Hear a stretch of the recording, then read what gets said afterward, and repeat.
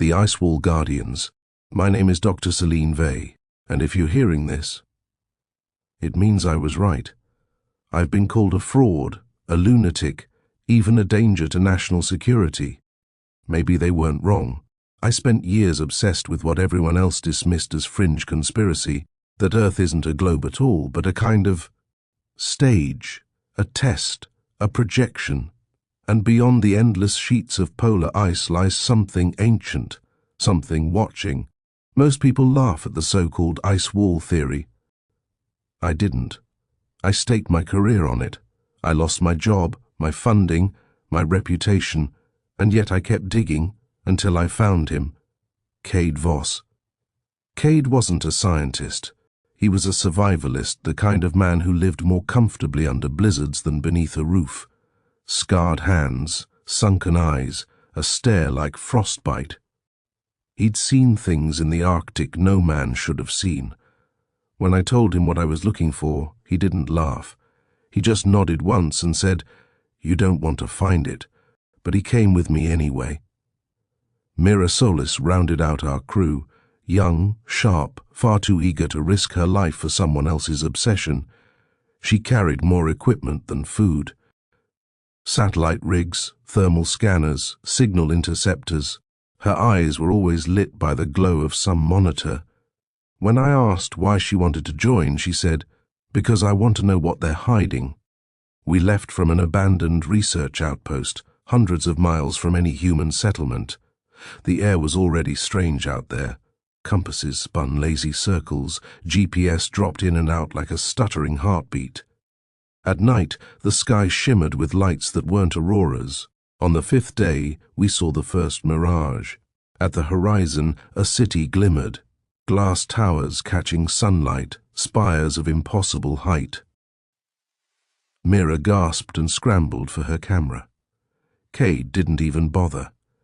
"Don't trust it," he muttered. "Ain't real." And just like that, the towers dissolved into the haze. That was when I knew we were close. The ice wall wasn't what I expected.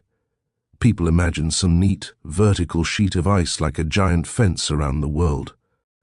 What we found was worse. It rose out of the snow like the bones of a dead god, jagged cliffs stretching higher than mountains, shimmering with a sheen that wasn't natural. Parts of it looked frozen. Other parts looked like glass. Cade stared at it for a long time before he said anything. "Seen it once before," he whispered. "Didn't think I'd live to see it twice." That night the first Guardian came. We heard it before we saw it, a sound like chains dragged across steel, muffled by the storm. I thought it was the wind until Mira froze mid-sentence, eyes locked over my shoulder. It stood on the ridge above our camp, a figure, tall and skeletal, wrapped in something like armor and shadow. Its head turned with a precision too clean, too sharp. For a moment it looked human. For a moment I hoped it was. Then its eyes opened. Not eyes, lights. Two beams of white so bright they carved through the snow. They swept across our tents, our faces, our souls. I couldn't move, my body locked up like prey caught in headlights. Cade didn't freeze. He hurled a flare into the storm. The red smoke spiraled, and the Guardian's head snapped toward it. When the lights passed off us, I felt air return to my lungs. By the time the smoke cleared, it was gone. But the tracks it left behind weren't. They weren't footprints. They weren't anything natural. Perfectly circular impressions in the snow, glowing faintly as if the ice itself had burned. We should have turned back. We didn't. 2 days later, we found the door. It wasn't carved, it wasn't natural, it was a fracture in the wall, glowing faintly blue, like light bleeding through a cracked screen. Mira pressed her palm against it. The glow pulsed beneath her hand. It's reading me," she whispered. "Like it's alive," Cade growled, then stopped touching it. But I stepped forward. My hand joined hers. The glow surged, and the wall split open. A seam of light widened, peeling back into a shape that wasn't a doorway so much as an invitation. Inside was a tunnel, smooth, metallic, thrumming with power. Mira's gear went wild. Screens scrambled with symbols that weren't language but something older. Waves of static filled her receivers, and for the first time, Cade looked scared. "We go in," I said. "You're insane," he shot back. "That thing outside was a warning. Whatever built this doesn't want us here. Then why leave the door unlocked?" Cade didn't answer. He just shouldered his pack and followed me inside. The labyrinth beneath the wall didn't feel human. The walls pulsed faintly, like veins lit from within. The floor vibrated with a hum too low to hear, but strong enough to rattle your teeth. Shadows stretched wrong, bending as though the light wasn't coming from our lamps but from somewhere else, somewhere behind the world. Mira walked ahead, holding her scanner like a divining rod. Her eyes darted across the symbols scrolling across her screen. "They're not static," she muttered. "It's language. It's rewriting itself every time I look away." At one point we passed a chamber lined with panels. The panels shimmered, showing glimpses: a jungle, a desert, a city street. I stepped closer. The city looked familiar. Too familiar. It was New York, my New York. The same skyline I'd left behind when I chased this obsession. I even saw the university where I'd once lectured. And then I saw myself, standing at a podium, speaking, living the life I'd lost. My throat went dry. "It's not real," Cade hissed, yanking me back. "They're just reflections, tricks." But when I looked at him, I saw the same hunger in his eyes. What did he see? We made camp in one of the side tunnels, though none of us really slept. The hum of the walls made rest impossible. At some point in the night, I woke to whispers. At first I thought it was Mira talking in her sleep. Then I realized it was coming from the walls. A voice, layered, mechanical yet soothing. "You should not be here." I pressed my ear closer. Return, or be returned. The next moment, the tunnel lit up. The Guardian had followed us inside. Its form didn't fit the corridor. Its limbs extended, retracted, reshaped as if the walls bent to let it pass. It moved without sound this time, only the buzz of static in our skulls. Cade sprang up with his rifle, but I grabbed his arm. "You can't fight it," I hissed. He shoved me off. "Then you run." The Guardian tilted its head, the lights of its eyes fixed on me, and then it spoke. Not aloud. Inside my mind. "Celine Vey, you are observed." I froze.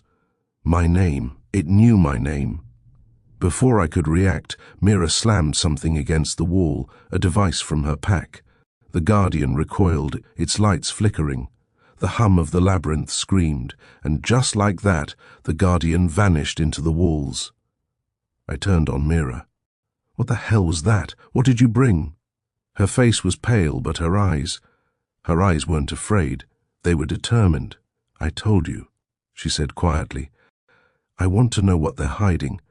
And now, I think I know where to look." Mira refused to explain what she'd done. She just packed up her device, strapped it back onto her rig, and kept walking. Cade didn't like it. I didn't either. But I needed her. We both did. The deeper we went, the less the tunnels felt like tunnels. The walls no longer curved in natural arcs, but folded into impossible angles, spiraling like an Escher drawing.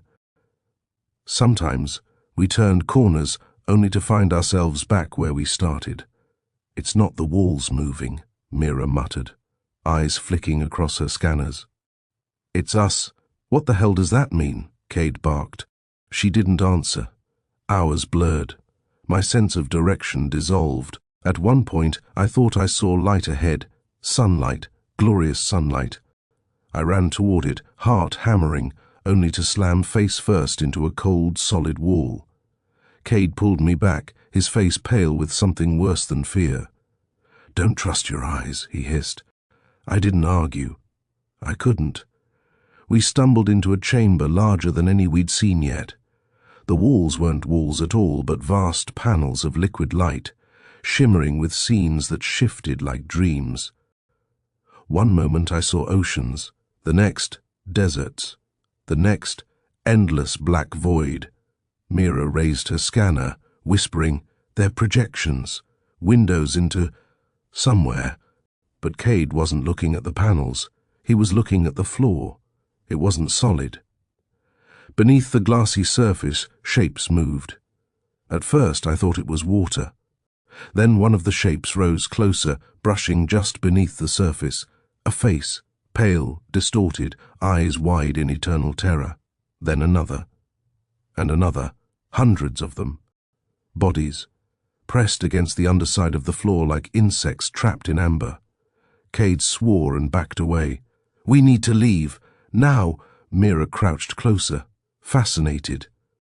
"They're not dead," she whispered. "They're frozen, preserved in stasis." "Preserved for what?" I asked. That was when the lights dimmed, the walls shifted, and the panels stopped showing landscapes. They showed us. 3 figures in a frozen chamber staring at projections of themselves. Except, not exactly us. In one panel, Cade lay dead, chest ripped open. In another, Mira knelt in chains before a towering figure. In a third, I floated in blackness, wires embedded into my skull, eyes glowing white. "No," I muttered. "No, this is manipulation. It's not real. Doesn't matter if it's real," Cade growled. "It knows us. It knows what's coming." That was when the voice returned. Not in my ears, in my mind. "Celine Vey, do you see now? The edge is not an edge, it is a mirror." I staggered back, clutching my head.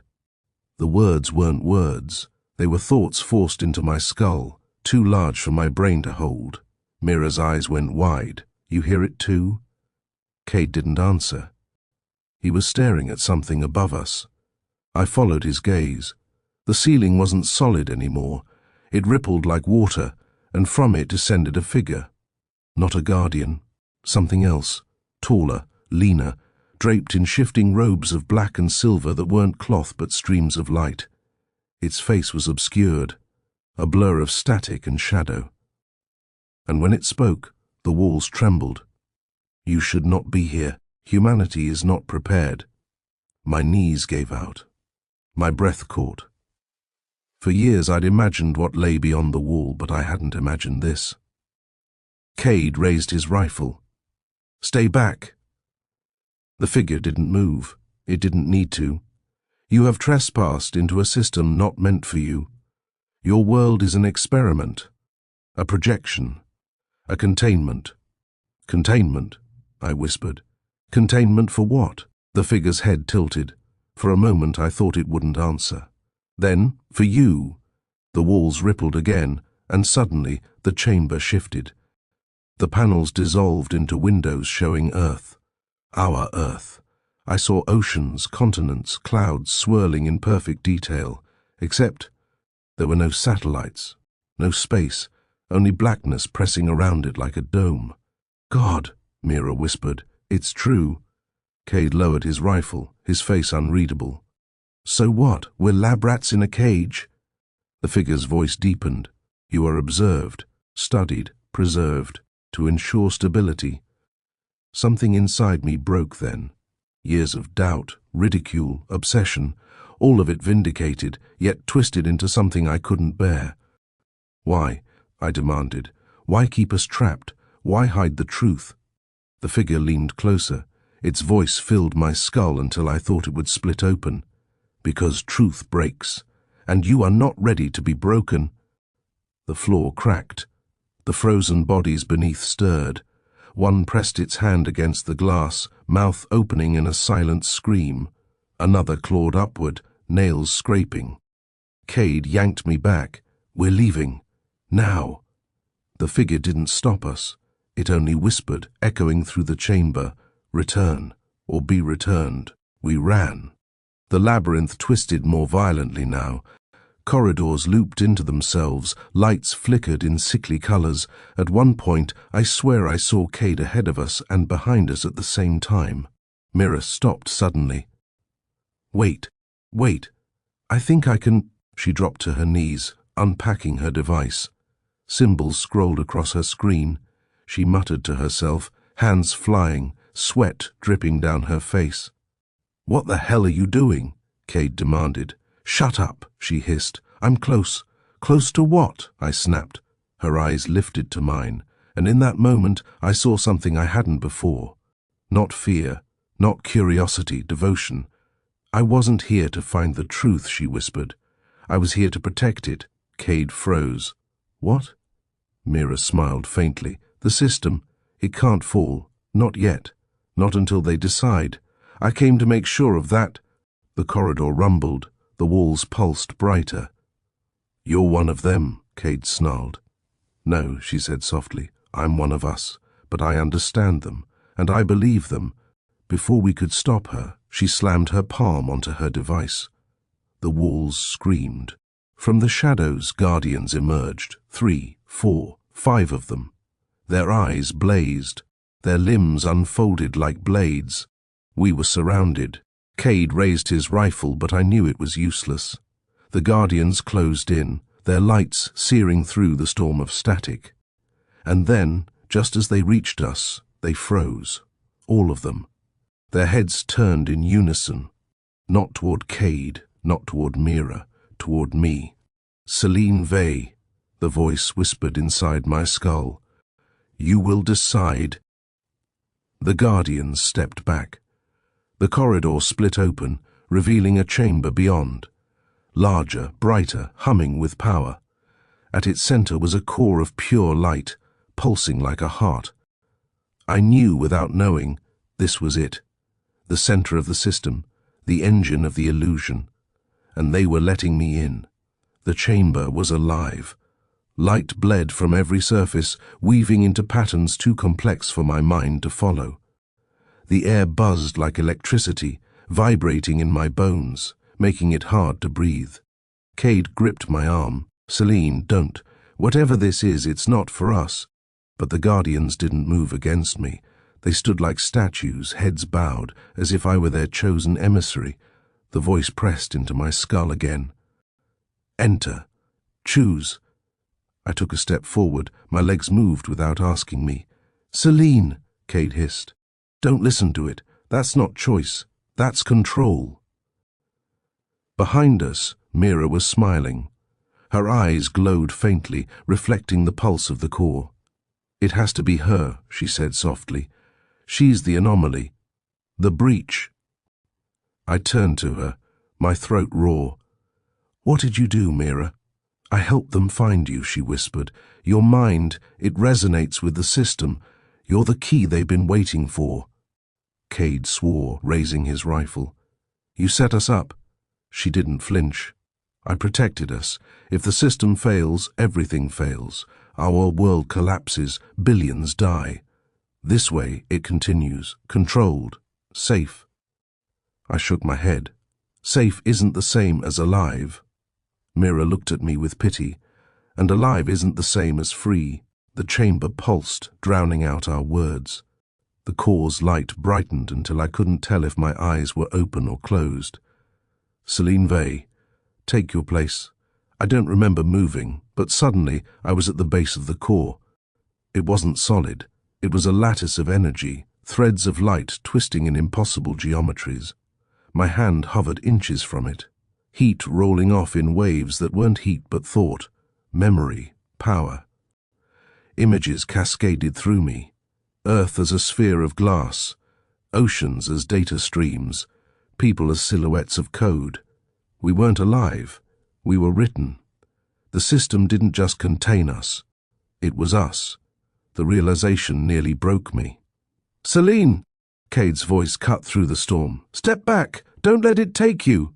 But another voice, closer, gentler, filled me. "You wanted the truth. Here it is. But truth demands a vessel." And I knew then, if I touched the core, I wouldn't come back. Not as myself. Mira's footsteps echoed closer. "Do it, Celine. Complete the cycle. Hold the burden so the rest of us don't have to." I turned to her, fury burning in my veins. "You knew this was a sacrifice. You knew all along." Her smile was soft. Every system needs its anchor. Better you than chaos. Cade stepped between us, rifle aimed at her chest. Stay back. She didn't. She only looked past him, at me. You don't get to walk away from destiny, Celine. None of us do. The Guardians shifted, not moving toward us but around us, encircling the core like sentinels. The choice was mine. I could walk away, let the system reset, bury the truth again. Or I could step forward, give myself to it, and scatter fragments into the cracks. Pieces of truth. Not enough to destroy the cage, but enough to whisper, to seed doubt, to awaken others. I met Cade's eyes. He was pale, desperate, shaking his head. Don't you dare. Tears burned down my face. If I don't, no one will ever know. He grabbed my arm. I can carry it. We can carry it together. But I felt the truth humming inside me, heavy and immovable. It chose me, Cade. Not you. He broke then. His grip faltered, his voice cracked.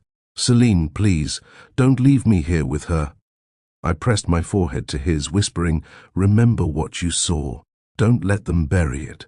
And then I turned, and I touched the core. Pain. No, not pain. Dissolution. My body shattered into a million threads of light. My memories unraveled and rewove into the lattice. My name, my voice, my thoughts scattered like sparks in a storm. But for a moment, just a moment, I saw everything. I saw the architects, not gods, not demons, but beings of thought, older than time. They had built the system to preserve experiments, civilizations, possibilities. We weren't the first. We wouldn't be the last. I saw Earth from outside the dome, a fragile sphere of light adrift in infinite dark. I saw other domes, other worlds, each one humming, each one dreaming. And I understood. We weren't prisoners. We were seeds. But seeds don't get to choose their soil. I scattered then. Fragments of me slipped through cracks in the system, embedding in whispers, glitches, moments of déjà vu. Cade would remember pieces. Others might too.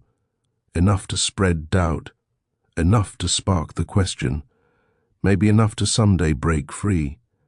The last thing I felt was his voice, raw and broken, screaming my name. The last thing I heard was the system, calm and eternal, containment secured, and then there was nothing, only silence.